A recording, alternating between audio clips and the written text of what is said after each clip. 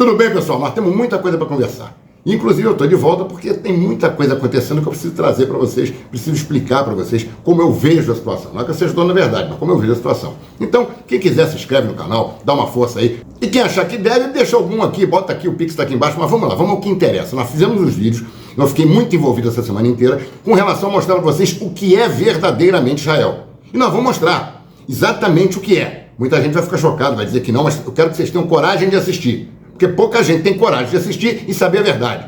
Israel é uma maravilha? Não é uma maravilha. Também é o demônio do mundo? Não é o demônio do mundo. O demônio do mundo está lá em cima. São os sionistas que tomam conta dessa porcaria toda e usam os judeus de Israel como escudo humano. Mas eu vou mostrar tudo isso para vocês em 3 vídeos diferentes. Vamos lá, vamos começar com o seguinte. Esse vídeo, para vocês terem ideia, está dividido em 3 partes de forma a não ficar muito cansativo e facilitar a absorção da imensa gama de informações verdadeiras que a maioria das pessoas não tem acesso.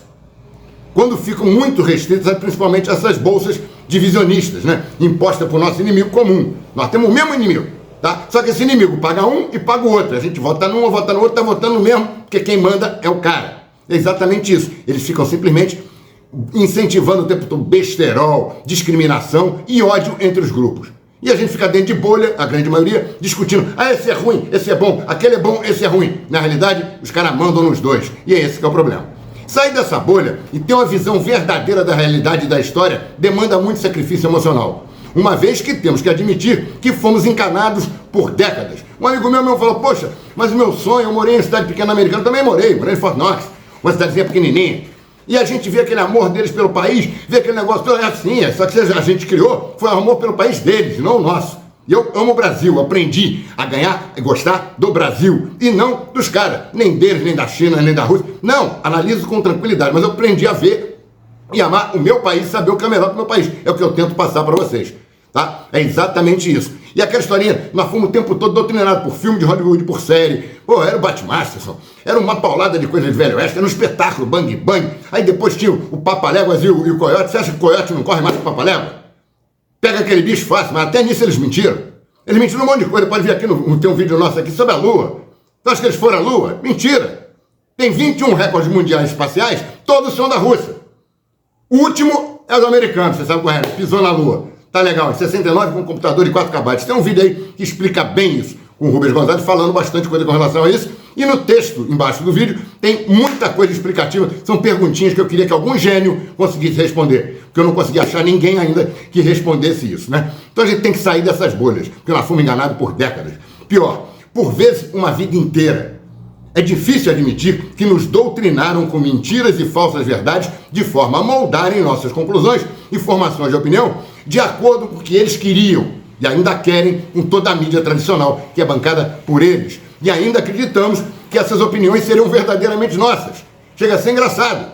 Quem é que você acha que paga essas matérias exatamente iguais que saem na mídia inteira?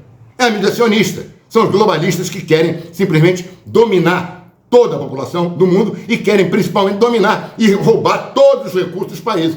Foram expulsos da África agora, foram expulsos de boa parte do Oriente Médio. Vão para onde? Para aqui, para a América do Sul. E o Brasil tem que estar preparado por isso, tá? Para isso tudo. Mas vamos falar do que interessa. Essa entrevista, por exemplo, do Tucker Carlson, é esclarecedora demais, onde são expostas muitas dúvidas e destruídos muitos conceitos inverídicos. Vamos dar atenção para essa entrevista, eu queria que vocês assistissem. Seria Israel um Estado ou uma ditadura religiosa? Como os cristãos, ou mesmo os que defendem a cultura judaico-cristã baseados na Bíblia, são tratados na tal terra prometida? Vocês vão entender tudo isso aqui nessa entrevista no Tucker Carlson, tá? Após esse vídeo, provavelmente, a sua visão sobre o interminável conflito que envolve a presença do porta-aviões ancorado lá há quase um século no Oriente Médio, provavelmente vai mudar. Porque você vai entender que simplesmente Israel é um porta-aviões americano para poder roubar o petróleo dos árabes ali no entorno, do Iraque, da Arábia Saudita, aquela história do petrodólar que não tem lastro nenhum, tudo isso está lastreado no dinheiro da Arábia Saudita, do petróleo lá de baixo que não tiraram do chão ainda. É uma maravilha. Ainda imprime dinheiro à vontade. Se o cara imprime dinheiro, imagina você ter uma fábrica de dinheiro em casa. Tu vai ficar trilionário. Você põe quanto dinheiro você quiser, não gera inflação, porque dilui pelo mundo. Só que o Putin está destruindo tudo isso. E eu queria trazer isso para vocês com muita tranquilidade para você ver. Por isso, eu te desafio a ouvir as verdades que não expõem expostas nunca na mídia tradicional, nem pelos que comandam elas e dominam nossas mentes. Bem como os que financiam os influenciadores que bostejam em bolhas que dividem nossa sociedade e criam ódio entre os grupos para reinar entre ambos. Com vocês, Verdades Ocultas 1. São 3 vídeos. A consistent but almost never noted theme of American foreign policy is that it is always the Christians who suffer. When there's a war abroad that the United States is funding, it is Christians who tend to die disproportionately. And this goes back a long way, 60 years really, to Vietnam, where Catholics in that country were massacred, but it's accelerated. So, for example, during the more than a decade the U.S. government spent occupying Iraq, the ancient Christian community of Iraq was completely devastated. 9 out of 10 of them are no longer there. They're gone. That was an effect of our foreign policy, but it was almost never noted in the United States and almost never, ever even mentioned by Christian clergy in this country, many of whom supported that war and that occupation. Why is that? Maybe because it wasn't. Virtually no one in any American church said anything when Christians were killed in Syria, very often by Islamic extremists, paid for by the United States. But nobody said anything, and anyone who did was denounced as a kook or a bigot somehow. Standing up for Christians was not allowed in the U.S. media. We saw that firsthand. And so, once again, it continued in Ukraine, where the U.S. government has sent far more than $100 billion to the Ukrainian government. And what happened? What did that government do? Well, it banned an entire Christian denomination. The Zelensky government is busy throwing Orthodox priests and nuns in jail and having the army raid churches. But again, not a word. But what about Gaza? What about the entire region in the Middle East, where, of course, there's very intense fighting going on? Many Christian churches in the United States, particularly evangelical churches, support that. But there is virtually never a word about the Christians who live there, the ancient Christian community in Gaza, the West Bank, and Israel proper. So, because no one has said a word, there has been great suffering among the Christian population in that region. In October, a Greek Orthodox church in the Gaza Strip was hit by an airstrike. We're showing you a video now. The church is in ruins. At least 17 people were killed that day. And again, that was hardly the first time that fighting in that region killed Christians. You'll remember the Church of the Nativity in Bethlehem almost 20 years ago, where a clergyman was killed in the church with American weapons, and Christian clergy in our country said nothing. And you may be asking yourself, well, wait a second. If Christian leaders won't stand up for the lives of Christians, why have them in the first place? And that's probably a good question.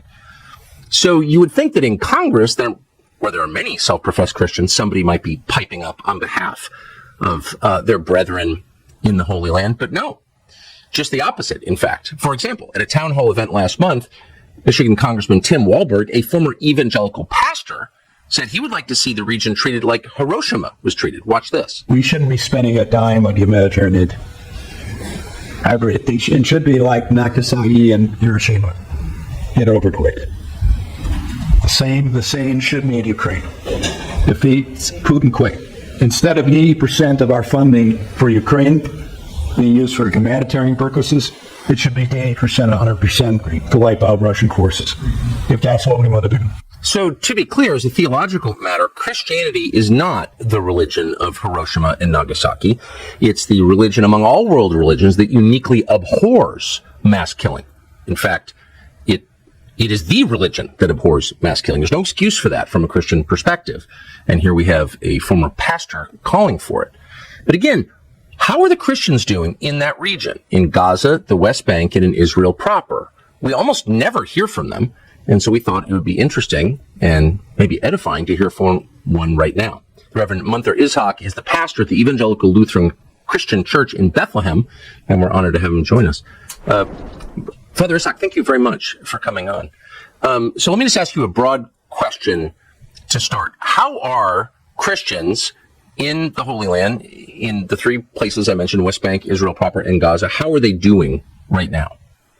Yeah, first, thank you for having me.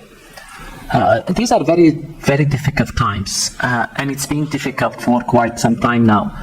When I say difficult times, I'm not just only referring to October 7th, and the fact that right now we are fragmented into, as you explained, 3 territories, the West Bank, Gaza, and Israel proper. We can add East Jerusalem, which is a category in its own, explain one element of our situation, which is we're fragmented. So in my church, I have family members with relatives in Gaza, and they cannot even visit. Before the war, they could not visit and be with them. And This fragmentation is, as I said, one element of the situation. One of the biggest problems we're facing right now is the deterioration of our number. People keep leaving because of the political reality. Life under a very harsh Israeli military occupation is difficult to bear, and as a result, many young Palestinian Christians continue to leave, for example, Bethlehem, choosing to find a better and easier life elsewhere. We are a small community, but we're part of the Palestinian people, and as such, anything that happens to Palestinian happens to us. And we are probably disproportionately affected by all of this because of our small numbers as a religious community. Anything that happens impacts us severely. Case in point, what's happening in Gaza right now, where there are anything between 800 to 900 Palestinian Christians, and any impact on that community, any death in that community will have a long-lasting effect. It'd be pretty easy for Republicans in the U.S. Congress to say we support the government of Israel, but if you touch a single Christian, harm a single church, prevent any Christian from practicing his religion, you're done. Not a single dollar will come from the U.S. Congress for you. That doesn't seem hard. I have to ask specifically about the church in Gaza that was damaged in an airstrike. Who did that? And what do we know about that? So there were several incidents when it comes to the Christian community in Gaza. And first, let's just explain that the majority of them live at the heart of Gaza, in Gaza city itself. And since the war broke, they all chose to hide and take refuge in the two major churches, the Orthodox and the Catholic. There's also a small Baptist church, which was also damaged by the bombing, by the way, but nobody was hiding there. And they chose to be there thinking that we don't want to become refugees in the south with the unknown facing us. We don't want to leave. Many of them are descendants of 1948 crisis, the Nakba. So many of them are descendants of refugees. So they thought, we don't want to go through the same again. One of them told me, if I'm going to die, I'd rather die in the church. They thought the church was safe, but the church was not. So I think 10 days after the war or so, the Orthodox Church was hit or was impacted by an Israeli missile, and 18 people were killed, including 9 children, Palestinian Christians, 9 Palestinian Christian children, 18 altogether.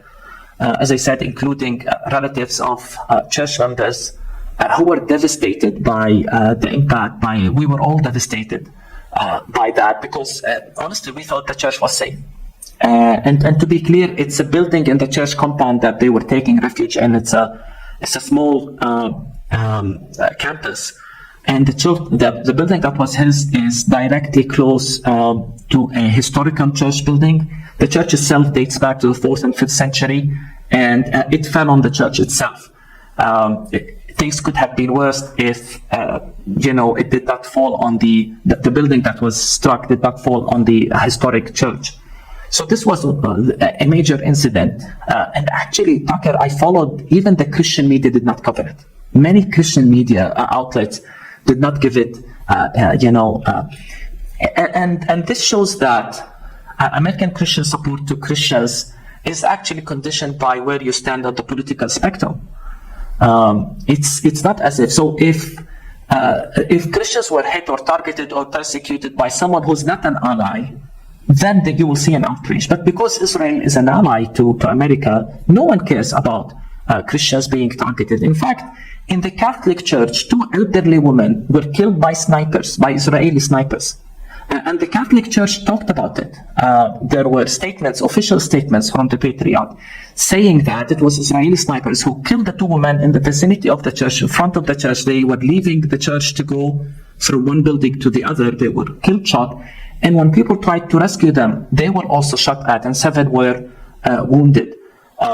This happened again. And how can this be a mistake, Tucker? That's our question, because they were in the middle of the church. And to add to all of this already tragic situation, those people in Gaza we talked to, almost all of them told us that their homes have already been destroyed by the bombing, by the Israeli bombings. So now, if they survive this war, and it's a big if, we hope they do, there's nowhere left for them to go. Where will they end? I mean, they're begging us, can you get us out? of course, we're helpless here. What can we do other than pray and try to send some financial support to them so that they can buy food? And right now, they're telling us their biggest problem is starvation. They're literally starving. And many of them died for lack of medical care. So in Gaza right now, if you get sick, chances are very high you can survive it because there is no medicine, no medical care, especially among the elderly. And so around 4 or 5 of our Palestinian Christian community inside the church died because of sickness, most likely because there is no medical attention or medicine whatsoever. You can go to a hospital. It's literally hell on earth for them right now, even for those hiding inside the two churches. Israel is very often described in American media as the only democracy in the region. Democracy, of course, suggests religious freedom, pluralism. How free are Christians to practice Christianity in Israel? We cannot deny that there are many freedoms in the state of Israel. Yes. But it's not as free as people think. And let me give you an example. And I know that this might come across as shocking to many. Do you know that evangelicals as churches are not officially recognized in Israel? Not recognized by the government by of the Israel? way, by the government of Israel. Evangelism is illegal in Israel. And wait, I'm sorry, may I ask you to stop there? What does that mean, evangelism is illegal in Israel? It's against the law to evangelize in Israel. And to proselytize, as they call it. Christian evangelizing is illegal in Israel? The conversion, and so if you are a Jewish person and you convert to Christianity, you will go through many legal challenges to recognize your marriage certificate, to recognize a lot of your rights, because again, evangelical Christianity is not officially recognized as a denomination in the state of Israel. Many Israeli politicians tried to pass laws that prevent Christians from sharing their faith. And so there is always this struggle and this tension about how much can Christians express their faith. Now, the biggest problem Christians are facing is in East Jerusalem, where they are constantly targeted by radical groups, radical Jewish groups, let's be clear. Sometimes some churches, there was an attempt to burn them. Oftentimes, and this is, you can look at it on social media all over the place, Christian clergy being spit at by these groups. They write very offensive slogans on the wall. There is strong incitements against Christians, especially in the old city of Jerusalem. So, what kind of slogans? I'm sorry to ask you to pause. What kind of slogans, what kind of graffiti is written against Christians? We don't want Christians, get out of here. Some of it is very, very offensive, actually, that I can say. A lot of it is calling for Christians, whether Christians or Armenian Christians. It's a small Christian community, part of the Christian community in East Jerusalem. We don't want you here, you should leave. So there are all these incitements against Christians, especially in Jerusalem. And one might say that, well, we expect to see radical groups in every faith tradition. And I say, of course, yes, that exists. The problem is when they go unchecked and they're never held accountable, even when there are arsons, attacks on churches. Oftentimes the complaint of the heads of churches in Jerusalem, the Catholics, the Orthodox, the Protestant, is that it seems that those who do these attacks are never held accountable. In fact, I think it was around 2 years ago when the heads of churches said in a statement that they feel there is a systematic attempt to empty Jerusalem of Christians. These are strong words. Look at that statement from the heads of churches. So the impression that it's flowery here for Christians is definitely not true. But beyond that, we have to look at the wider political spectrum, because at the end of the day, Israel wants to be both democratic and Jewish. And many question whether that is possible. And that's why, as I said, even Israeli human rights organizations have called out the policies and discrimination policies of Israel. the nation state law, for example, states, this is a law that was passed by the Knesset, it states that the right for self-determination in the state of Israel is exclusive to the Jewish people only. So this is a law that was passed by the Knesset that makes Jews superior in the state of Israel because they are the only one they have exclusively the right for self-determination. So whether it's on incitement against Christians in Jerusalem, whether it's in the fact that not all Christian churches are recognized, or whether it's the structure of the state of Israel as a whole, many have pointed that it's not really fully as flowery as people think, where there is just full freedom, especially freedom of religion. And even in this war, we've seen academics targeted, we've seen social media being monitored by the Israeli government against Israeli citizenship, what you can say and what you cannot say. And if you say anything, just for example, what happened on October 7th, you could be put in jail. I mean, I'm not saying I support what happened in October 7th. I'm saying that even Israel now is targeting and monitoring the social media, and many of the Palestinian citizens of Israel, because many people forget that 20% of the citizens of Israel are actually Palestinians, 20% or so. So they're afraid to even speak out and say anything, even that sounds, that has sympathy with the people of Gaza, because they feel they will be targeted or they might lose their jobs. Again, I invite people to come and listen to stories and understand what's happening. Talk to church leaders in Jerusalem about the challenges and difficulties they are facing right now, before the war or during the war in Jerusalem. If you wake up in the morning and decide that your Christian faith requires you to support a foreign government blowing up churches and killing Christians, I think you've lost the thread. Just to end on this, if you had a message for Christian leaders in the United States, whether in government or in churches or just citizens who care about the religion and their fellow Christians, what would it be? It would be to remind them that when the state of Israel was created, it was not created on an empty land. It was created on a land that had millions of indigenous Palestinians there, including Palestinian Christians. And that state they support, that state they celebrated as a fulfillment of prophecy and a sign of God's state to the Jewish people. For it to become a state, hundreds of thousands of Palestinians, including Palestinian Christians, were forced to leave and have never returned. Churches were closed. A friend of mine did a research and counted more than 30 churches that were closed when Israel was created because Palestinians were expelled from the land. Our numbers continue to be in decline. So we're pleading that come and listen, come and talk to us. And my message to Christian leaders right now is there is a very, very brutal war taking place in Gaza, a war that I described using the word genocide, because it's a war that has used even starvation as a mean, and fellow Christians are suffering because of that war.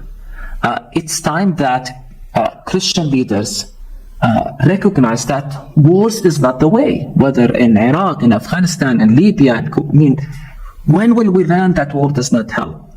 When will we take Jesus' words seriously about being peacemakers, about being merciful? There must be other ways. And so it would be an invitation to listen, to learn more, and to avoid very shallow and simplistic perspectives that are not based on scripture itself, but more based on political equations. And I would plead right now, and I will continue to plead, that we need to stop this war in Gaza. It's killing many, many children, women, innocent lives. It has to stop. There must be other ways. And as a follower of Christ, we have to pursue the path of peace and justice, and we have to avoid simplistic polarizations, good and evil. Come and listen, come and understand what's happening.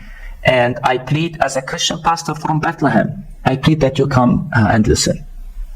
Father, thank you for your thoroughly decent and sensible analysis, and I hope it's heard by Christians throughout the West. I appreciate it. O que pensar quando loucos, patrocinados ou não, que ocupam cadeiras no Congresso do país, que por décadas dominou o mundo de forma unipolar, impiedosa e criminosa, defendem o uso de armas nucleares para exterminar os donos da terra em benefício dos que a usurparam? É por aí. A usurpar para eles é normal. Eram 13 colônias nos Estados Unidos, eles saíram roubando tudo. Só do México eles roubaram a parte mais rica. Arizona, Novo México, Texas e Califórnia. Era do México. Tem vídeo também falando sobre isso. É só olhar lá. Um grande abraço quem gostou. Compartilha, passa para os amigos. Se não gostou, passa para os inimigos, porque eles ficarem sendo mal informados segundo a sua cabeça, né? Do jeito que você acha. E se achar que a gente merece alguma contribuição, bota algum pra gente. Tem que pagar essa cervejinha aqui, que a gente gosta de tomar de vez em quando. Dá uma força aí, tá ok? Até o próximo, a segunda parte tá aí já já. Já que eu acabei de mandar um recado aí do Dindim, que ninguém vive sem um Dindim, manda algum faz-me rir pra cá, eu queria que vocês tirassem as outras dúvidas e convido então que vocês assistam a segunda parte dessa retirada do véu da ignorância, tá? O vídeo 2, que vai sair daqui a pouquinho, tá em sequência aqui no canal, que é Verdades Ocultas 2.